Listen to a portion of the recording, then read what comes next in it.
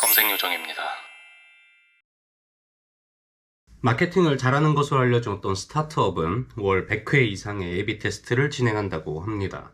외부에서 단순히 이것만을 보고 잘했다 잘못했다 평가할 수는 없습니다만 여러분들이 섣불리 이것을 따라하면 절대로 안 됩니다. 오늘은 A/B 테스트에서 흔히 저지르는 실수를 말해보고자 합니다. 여기 찐따남 A가 있습니다.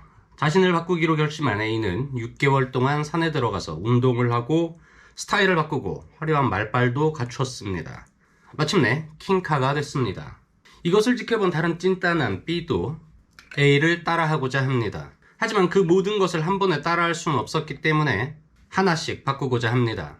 그런데 A가 6개월 동안 잠적을 했었기 때문에 B는 A의 변화 과정을 볼 수는 없습니다. 무엇을 바꿨을 때 얼마나 주변의 반응이 달라지는지, 몸매와 패션과 말빨 중 어떤 것이 효과가 적거나 없는지 알 수 없습니다. A/B 테스트에서 가장 중요하고 동시에 가장 간과되는 부분이 이것입니다.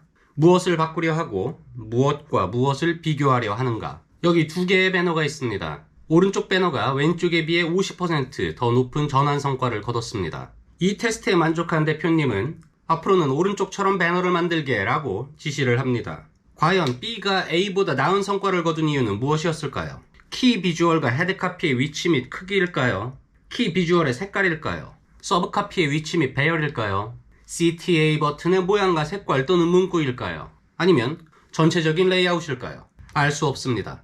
소재의 내용을 다 바꾸고 거기에 더해서 하나는 네이버, 하나는 다음에 돌린다던가 하나는 관심사 타겟팅을 하고 다른 하나는 리마케팅을 한다면 그야말로 최악입니다. 모든 대조군 실험에서 가장 중요한 것 중 하나는 환경의 통제입니다. 내가 비교하고자 하는 것을 명확히 정의하고 그 나머지의 영향 요소들은 통제하는 것입니다.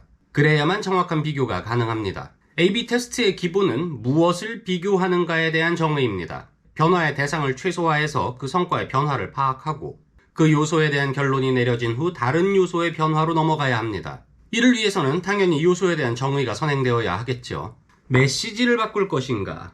디자인을 바꿀 것인가? 메시지를 바꾼다면 신뢰도 요소를 바꿀 것인가? 혜택 요소를 바꿀 것인가? 아니면 차별화나 우월성 요소를 바꿀 것인가? 이런 것들을 정의한 후에 단계적으로 진행하는 것입니다. 지금 보시는 화면은 저희가 내부적으로 사용하는 광고 메시지 개발을 위한 테이블입니다. 저희는 메시지를 이렇게 크게 4개의 카테고리로 구분하고 각 카테고리별로 복수의 키 메시지를 지정한 후 A/B 테스트를 진행합니다. 성과가 좋지 않았던 배너에서도 모든 요소가 나쁘다고 말할 수는 없습니다. 유난히 좋지 않은 하나 때문에 나머지의 좋은 요소들도 다 역할을 제대로 못할 수가 있습니다. 따라서 기준안을 놓고 각 요소들을 순차적으로 비교하는 것은 매우 중요합니다. 또 하나의 문제는 예산 그리고 그에 따르는 운영 규모입니다. 1,000만 원의 예산이 주어졌다고 가정하겠습니다. 적지 않은 금액입니다. 하지만 이것을 30일로 나누면 하루 평균 33만 원이고 100개의 소재를 운영한다면 소재당 하루 3,000원 정도가 배정됩니다. CPC를 150원만 잡아도 하루에 기대하는 클릭은 소재당 20개 정도에 불과합니다. 20개라면 단 2개의 클릭 차이만으로도 10%의 차이가 나타납니다. 클릭수 22개는 클릭수 20개보다 우월하다고 말할 수 있을까요? 10%라는 숫자는 대단한 차이로 보여지지만 20개와 22개, 단 2개의 차이로 소재의 전략을 변경하는 게 타당할까요? 단위 규모가 이렇게 작으면 당연히 해석에 오류가 생길 수밖에 없습니다. 게다가 운영 규모가 작다면 전환은 더욱더 작아지겠죠.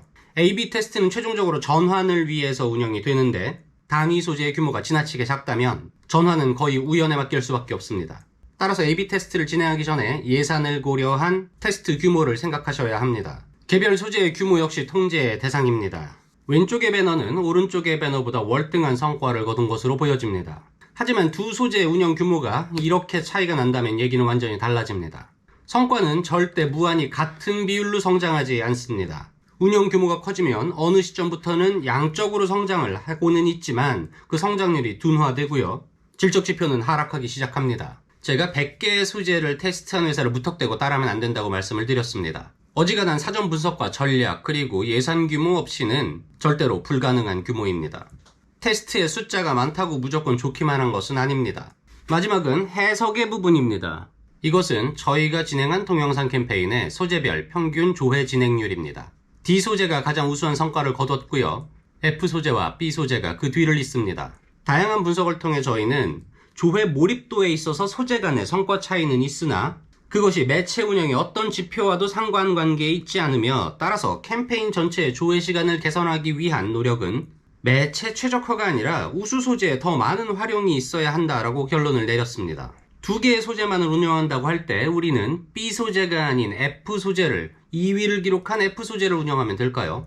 F가 B보다 2.2% 높게 나왔기 때문에 통계 검정을 해보면 이 둘의 결과값인 52.31%와 50.21%는 통계적으로 차이가 없다고 나타납니다.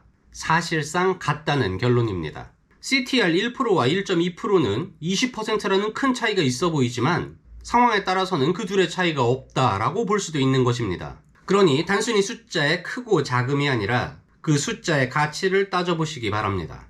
자, 오늘 동영상의 요약입니다. 먼저 복수의 요소를 동시에 바꾸는 것이 아니라 비교 대상을 지정하고 순차적으로 테스트를 진행하세요. 둘째, 각 단위 소재가 어느 정도 이상의 규모가 되도록 운영을 하셔야 하고요. 셋째는 각 단위 소재의 규모를 최대한 비슷하게 운영을 하셔야 합니다. 마지막으로 차이가 정말로 유의미한 것인지 점검을 하시기 바랍니다. 검색요정이었습니다.